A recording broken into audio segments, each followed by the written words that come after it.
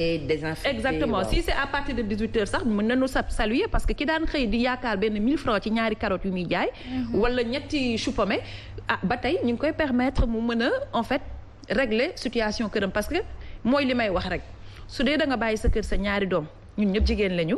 suñu càmmiñ xam naa duñu bàyyi ci loolu. nga ndërmellu di xool say doom mu leer na ni amagoo suba ñaari potu ceeb yow sóor. ñu ne la dañ lay confiner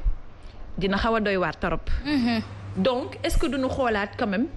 mesures yi nu ñu koy orienté démb ñu ngi waxtaan dans le groupe socio-éducatif mode de prévention yi. voilà et que ñu adapté ko si lu ñuy mën a comprendre li nga ñu adapté ko ak suñu culture.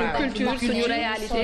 effectivement économique. parce que pandémie moom bu ñu ko waxee ku ne xam na ne dafa am beneen dimension. ci wàllu travail maa ngi gis OIT di bërki démb di wax ne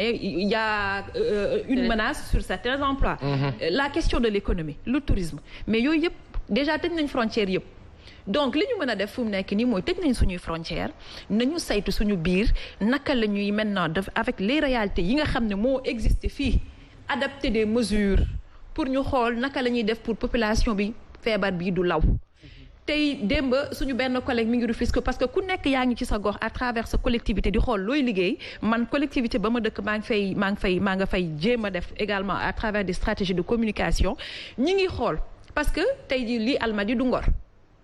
bien vrai que même commune la. boo demee Rufisque la fa nekk du même chose parce que les mentalités bien vrai que ñun ñëpp ñoo bokk suñu Sénégal mais dafa parcellaire. donc en gros mën nañu commencer ci loolu et bu ñu jàppee ne population yi responsable ñu. moi je le dis nous avons une population intelligente il faut savoir les responsabiliser. c'est-à-dire da nga leen di déglu xam lan la ñu xalaat ci feebar bi xam lan lañ ci xam. pour nga mën a construire un plan de communication ak ñoom et mettre leen au devant xam nga identifier un leader du nañ ma baal du imam kese du fa bàjjanu gox quelquefois la personne lambda sax peut être un leader et très bien écouté mais loolu il faut que na nga dem vers ces populations pour nga mën a waxtaan ak ñoom nga réorienter le débat en fonction de li nga xam ne kon maanaam du ma la déggee donc lii ba nga xam ne 31 décembre 2019 commencé nañ dégg virus boobu nañu waroon dajale li nga xam ne mooy sunu waa réew xool képp ki nga xam ne am nga fi baat wala am nga fi tamit leen loo xam ne yaa ngi koy représenté daal leen boole waxtaan ou stratégie de communication boo xam ne dina tax feebar bi dugg parce que boo seetloo ba seet feebar bi dañ ko importé dafa ay cas importé ba pare fii chaque jour communication ministre bi bu génnee cas yi ngay dégg yëpp presque la majorité c'est importé donc ce qui veut dire que importation bi bu jeexee rek dinañ mën a maîtriser li nga xam ne moom mooy feebar bi. xam nga Mamiko da nga wax lu am solo à l'entame bi ngay commencer léegi c'est-à-dire da nga ne feebar bi jógewul fii dafa jóge bitim réew ñëw fi bi mu amee rek waroon nañ dajale suñu population ci li ma comprendre ci li nga wax ne ñu préparer suñu population c'est-à-dire foofu dañ ko xawalate mënoon nañu teel a jël suñuy disposition effectivement préparer suñu population sur beaucoup d'éléments yee leen ci feebar bi wax leen na la à travers des porteurs de voix ba nga xamante ne balaa sax feebar bi di ñëw ñun dinañ ko gàttandu xam nuñ koy gàttandoo xam nga gan balaa mu ñëw bu fekkee teel na la avertir da ngay jël di nga xam say matuwaay. bu baax a baax xam noo koy teeroo. naka ngay nekkee ak moom mais loolu xëy na lu lajj la. peut-être que xel demeewul woon foofu et ça en quelque sorte fait que sénégalais yi sax seen bopp population bi ñun xaaruñu woon feebar bi egsi fi déedéet avec tous les rumeurs toutes les rumeurs yi nga xam ne mi ngi doon circuler à travers les fake news les intox te ku ne gis na web da ngay jot sax information boo xam ne bitim réew la jóge nga jël ko appliquer ko fii mooy comme le phénomène démb karaw bi ñu wax ne moom moo feeñ ci Kaamil avec la sourate Baqara mais loolu y a 2 mois génnoon na tout le monde l'a vu léegi ci ginnaaw bu ñu pour mën a tëj li nga xam ne moom mooy rubrique bi pour nit yi nga xam ne ñu ngi lay déglu di la seetaan naka la ñu mën a def ba moytu li nga xam ne moom mooy feebar bi. alors li ñu mën a def ba moytu feebar bi c'est simple certes nous avons nos réalités bëggante nañu te dañuy tatagante suñu biir dañuy tafante suñu biir mais les mesures préventives restent les mêmes maanaam cet gi même bu dul feebar bi sax dañ ci war a taxaw di raxasu may tëndiku regroupement yi et d'ailleurs on salue aussi l'initiative de nos chefs religieux et des oulémas, ça il faut le dire parce que ñu ngi wone bu baax malgré que début bi xawoon na metti parce qu'il y avait un discours de xëccoo et également benn discours nu ñu koy waxateeti de leadership bu fi amoon par rapport aux religieux à la population etc. Le fait que boo demee ba ñu tere sax les lieux de culte ñu ne nañ fa dajaloo mooy ni que la maladie elle est sérieuse. Maintenant moi j'invite le ministère de la santé li nga xam ne moom la ñuy def fu mu nekk nii vraiment ñu ngi koy saluer mais ñu gën ci taxaw ba nga xam ne du ñu aussi tëj population yi te ñu wàcc ci population yi responsabiliser les populations pour ñu mettre leen au devant parce que Sénégalais dafa bëgg ku ko yëg aussi. bu ko defee bu ñu taxawee foofu dinañu mën a vraiment defe naa endiguer lii nga xamante ne kontaan na ci li ngay wax loolu sax moom gis naa sama càmmiñ di yëngatu bu ko defee dinañu mën a ñun ñëpp bokk xeex parce que quand même ñun ñëpp ay sénégalais lañu li ñu bëgg mooy ñu ànd daan xeex en tout cas feebar bi di coronavirus mu génn suñu réew ñu dellu si suñuy activité ndax bu continuer dina gën a metti ci ñun ñii ñëpp ndax waxuma salaire waaye ñi amul salaire sax metti na ci ñoom di nga gis ku am salaire mensuel bu weer dee du bàyyi dara ci comptam kon daal defe naa ne nañu gën a xeex nañu gën a góorgóorlu ministère bi jàppale ñu ci ñun ubbi nañu suñu loxo amuñu alal amuñu doole mais ci suñu xam-xam bu tuuti à travers l'université Cheikh Anta Diop de Dakar le groupe des socio-anthropologues qui est sur WhatsApp qui est dans Facebook à travers le laboratoire l'ASEP par rapport à notre directeur monsieur Sylvain Faye malheureusement ñu bëri xam nañ ko ci Ebola daf fi nekkul sax moo tax xam naa ñu bëri gisuñu ko kon ñun daal ñu joxante loxo jàppoo vraiment joxe à la population les bonnes informations te may leen nopp daal ba xam lan mooy seen synergie un seul mot à retenir synergie merci beaucoup merci beaucoup merci beaucoup madame Thiongane Aïcha ci noonu nag la ñu waroon booloo doon benn am ñu bañ a am jiit sax nag faf ndaxte ñëpp waroon tatagal seen bopp ci nekk njiit ngir xeex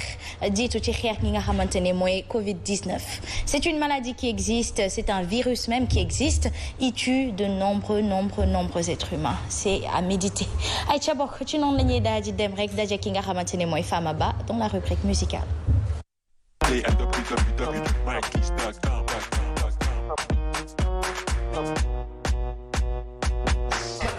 Aïcha, Mamiko, tu disais? Non, rien. Hein? C'est la musique qui t'emporte? T'as vu? Tu as envie de danser? Aïcha, c'est l'ambiance de la maison, c'est ainsi. Coulisses nee naa leen moo dàq li nga xamante ni moom ngeen di seetaan waaye koj leen ko 31 décembre dinaa génne bêtisier yëpp incha allah Paasan bu ma xool Aïcha. En tout cas je suppose que Paasan moom du am ndax Paasan moom fu ñëpp di déconner rek mu daal di bañ en tout cas. Asma merci beaucoup. nga ni Paasan ça m'étonnerait mu am ci région. yow fii ko sa Paasan ni fii. Ah non. seetaan ko c'est samedi soir c'est samedi. C'est samedi soir seetaan ko foofu salsa yu am maa. C'est clair ay ci la musique tout le temps la musique fait danser li ñuy wax rek musique entre guillemets seytaane la foo jaar mu xaw laa yëngal un petit peu en tout cas ci loolu rek comme fan yi moom moo daal di xew mu di lii di Covid-19 bi donc ci loolu la ñuy daal di wax rek waaye monde musique tamit dafa nekk li nga xamante ne suñu waxee ci économie ñoom tamit gis nañ ci seen bopp nekk am nañ ci un petit peu de pertement parce que bu nekkee Sénégal ak bitim réew yëpp kenn ku ci nekk ci artistes yi amoon nga tournée boo entamé woon wala yaa ngi woon en plein tournée wala tamit yaa ngi woon amoon nga ay programmation yi nga xamante ne def nga ko yooyu yëpp daal di dinañ koy annuler donc vente de billets yi yooyu yëpp recette li nga ci mënoon gagné da nga koy daal di perte mais li ci neex rek mooy que ñoom musiciens yi ci li nga xamante ne loolu la ñu am mu di seen don te ñëpp xam nañ ne que la musique li muy apaiser bëri na musique li muy andi bëri na notamment rek fii Sénégal ni ñu koy waxee amoon na ay jamono am na ay musique yoo xamante ne ay musiciens yoo xamante ne dañ leen doon jël ñuy woy di sensibiliser askan bi bu ñu leen dégluwaan rek am na lu bëri li nga xamante ne da ko daan def si ñoom wante nag ci loolu ñoom ñoo ko wax ñoom musiciens yi ci kàddu Pape Diouf yi ndax moom moo ne bu ñu wootee askan bi moo leen di wuyu si te alalu askan bi la ñuy jël mooy ci billet yi ñuy jënd donc tey bu askan bi soxlawee jot na ñoom it ñu jël ci loolu daal di leen ciy delloo njukkal daal di leen ciy jàppale donc loolu la ñu daal di def ñoom musiciens yi Youssou Ndour nag moo ko daal di door fii ci Sénégal daal di yóbbu li nga xamante ne mooy importante lot de produits sanitaires ci ministère de la santé daal di koy def moom itamit don la daal di joxe rek ci d'une valeur de 10 millions moom Youssou Ndour loolu la def ñu teg ci tamit ki nga xamante ne moom moo di Pape Diouf joxe 6 millions Wally Seck joxe 5 millions Mame Gor Diazaka moom itamit daal di taxawal ànd mbot corona. kii tamit nga xamante ne moo di waa groupe Y'en a marre ñoom itamit def nañu seen sensibilisation ñoom it ci seen gox comme ni ko docteur Diokh waxee léegi nii ñoom it def nañu ci seen gox mi nga xamante ne mooy la banlieue. dañ leen di gis fréquemment des vidéos yu ñuy posté ci seen compte yi Instagram Twitter et autres ñuy def ay sensibilisation di wax ak askan wi ay vidéo ñoom baxaaw ñoom ñëpp di sensibiliser en tant que porteur de voix ñoom ñëpp nag ñu ngi en studio en ce moment les baxaaw les titi ci li ñu forci weewu bay et plein d'autres artistes. Bambali Seck génnee na son Tawfekh Mbaye du côté des chanteurs religieux moom itamit génnee na benn son bu muy wéy ci corona ak sensibilisation bi Y'en a marre nag ñoom seen vidéo aussi génn na ñuy sensibiliser di wax feebar bi dimension bi mu toll que ce n'est pas à négliger te comme li docteur wax léegi nii rek sénégalais dese nañu conscient ci virus bi nu mu toll ci coronavirus bi lu mu mën a jur ci leneen ci li mu mën a yàq plutôt donc ñoom ñëpp daal taxaw nañ tàllal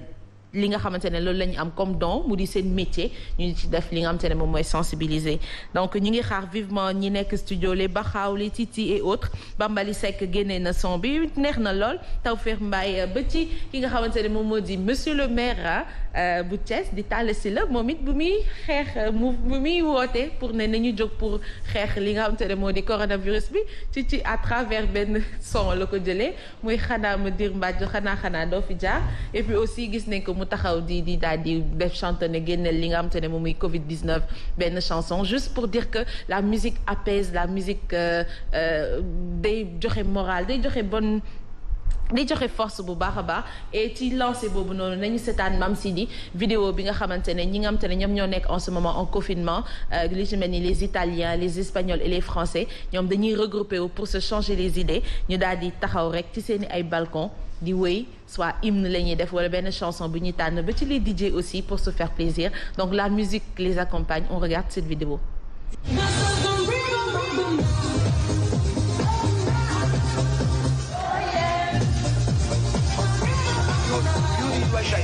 Chi grida più forte? Madonna è mobile, qua è più malvento, muta d'accento e di pensiero, sempre amabile, leggiadro viso, in pianto e riso e menzognero.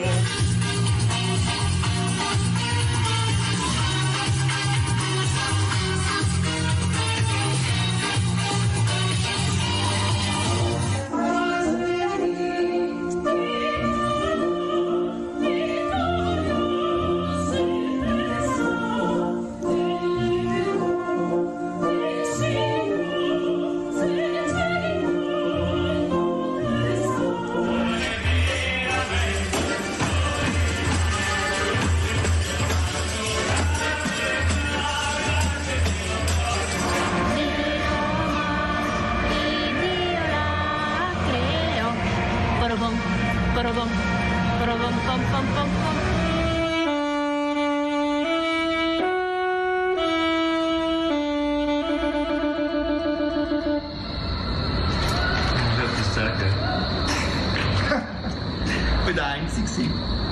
Hey, happy quarantine. Ndeysaan.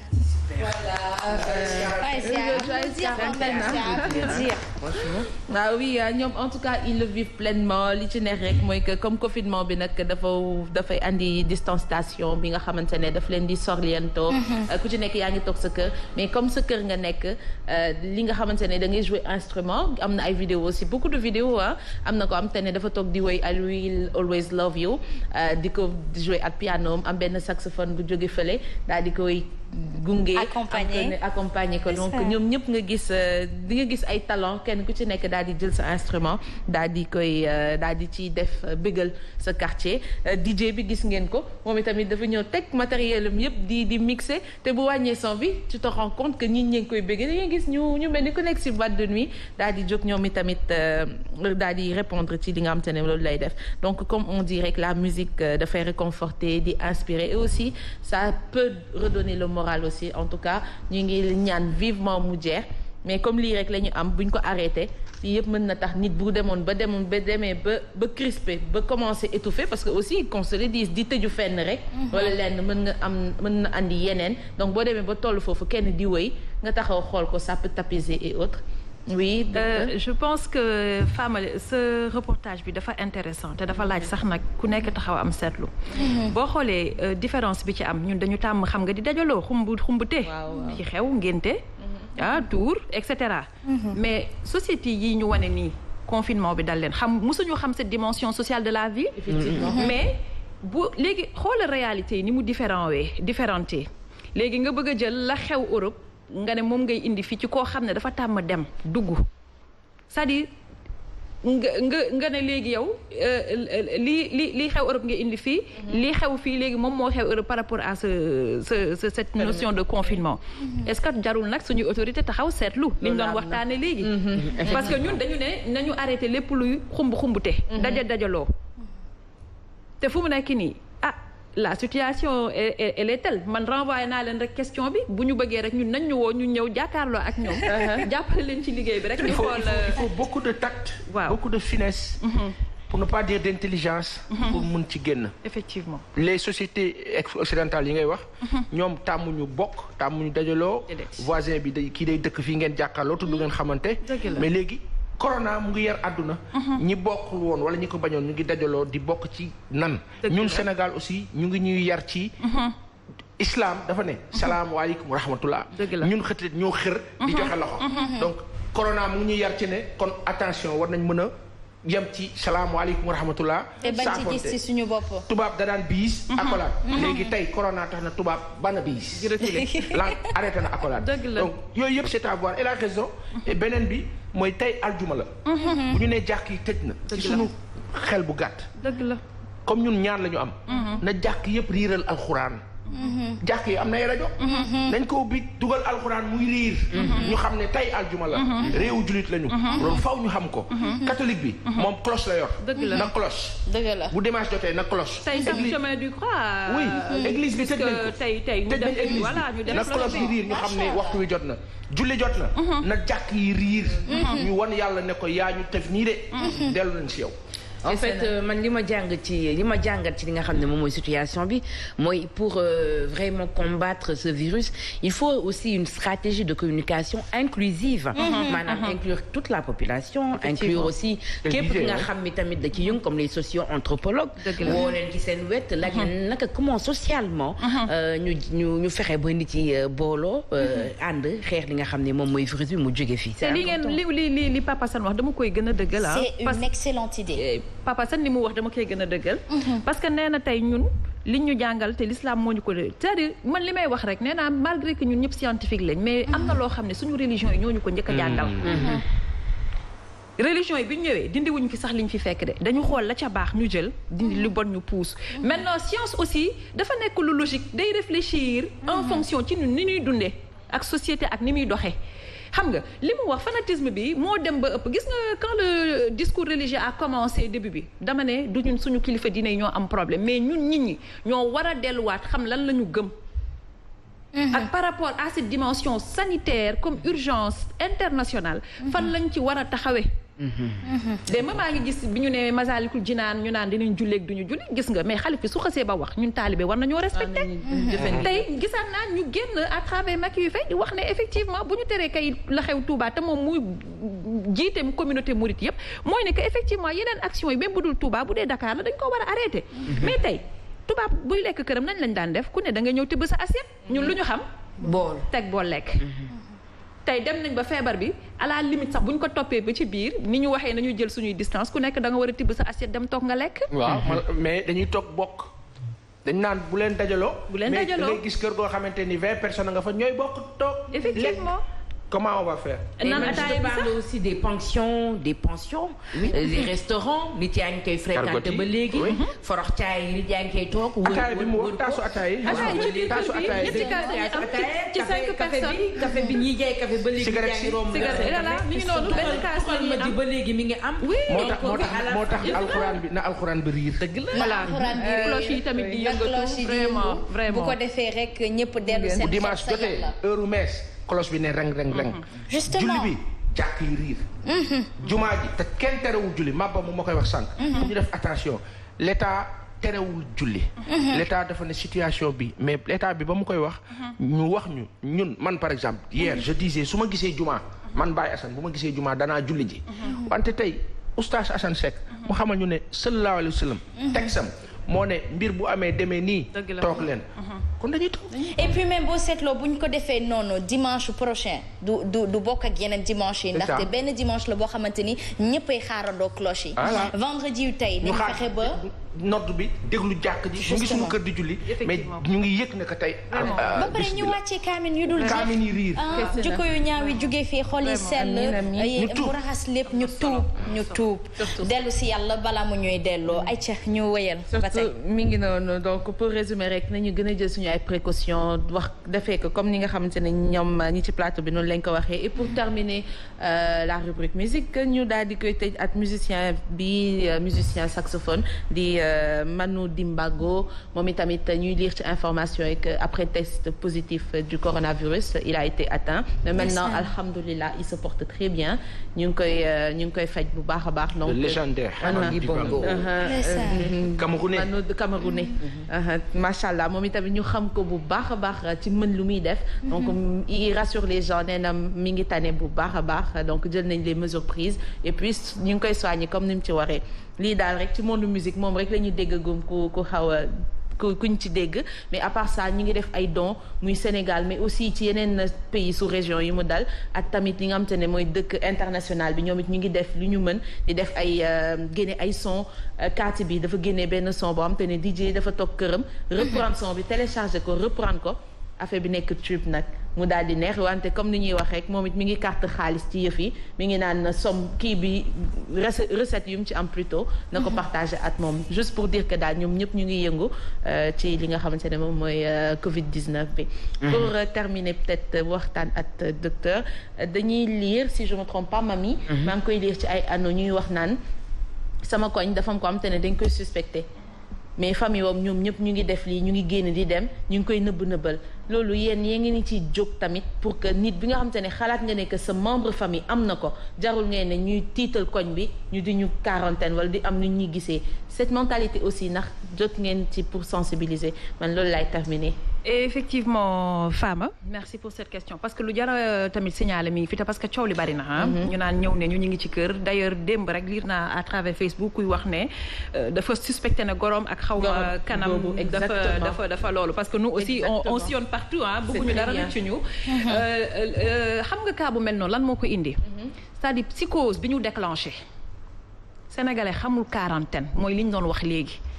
tey ji yow ku la bëgg a tëj toute la journée man damay xool xale yi xamuñu lii ñu leen forcé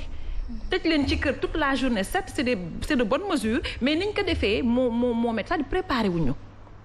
ñu bàyyi ñuy dem ñu am ci suñu ay bon pas prénotion sax mais am ci suñuy idée wu bopp yoo xam ne ñoo ko concevoir ñoo koy def ay représentation ba ñu xëy ba mu ne jameet suñu kaw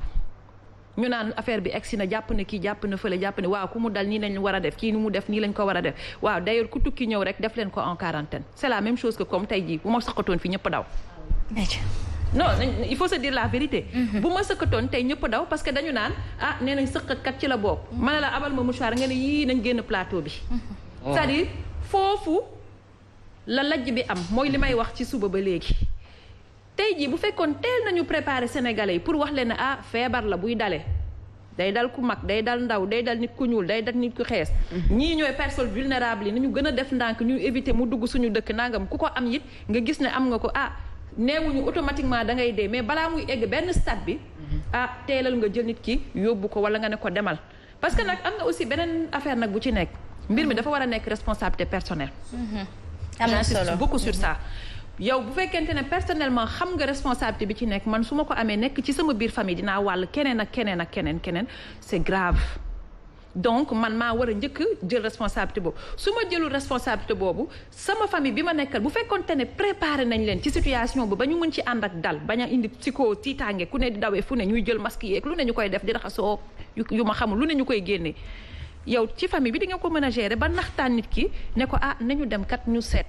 mais famille yi aussi dañuy tiit et puis dañuy ragal ku leen stigmatiser. merci beaucoup dañuy ragal ku leen discriminer Sénégal la ñu nekk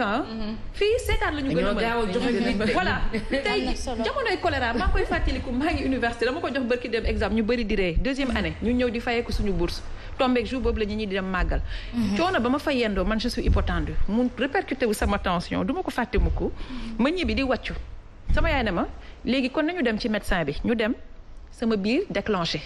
man sama bopp dama tiit ba ne ko médecin est-ce que man choléra wu ma pour te dire psychose bi présentement des gens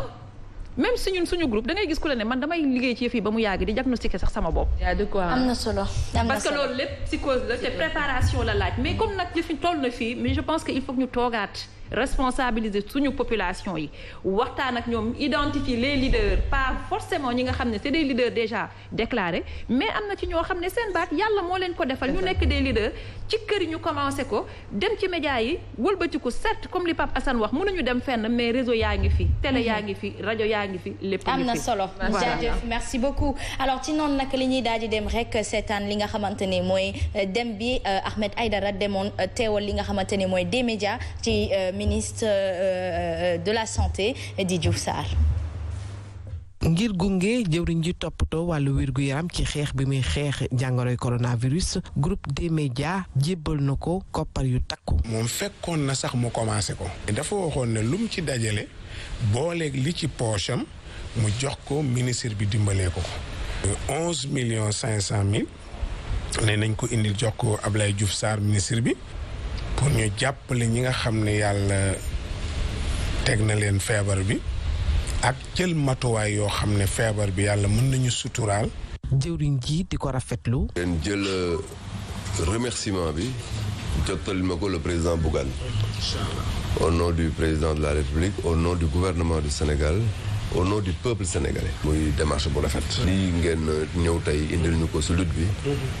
mënoon nga ngeen ko dérouler te pourtant bu boobaa dana dem si askan bi mais bu ngeen sentiree ñëw jaarale ko si ministère bi ñu boole ko sur la lutte nationale ngeen bëgg a wane effectivement que ne ñëpp dañu war a donc méngoo si combat bi. bu ñu sukkandikoo ci Abdoulaye Diouf Sarr ne dina samp ab kuréel buy saytu koppar yu mu jot ci xeex bi. ngeen ñu jox tey nag dana dugg dans la lutte d'ailleurs dès samedi matin devant donc tout le monde dana installé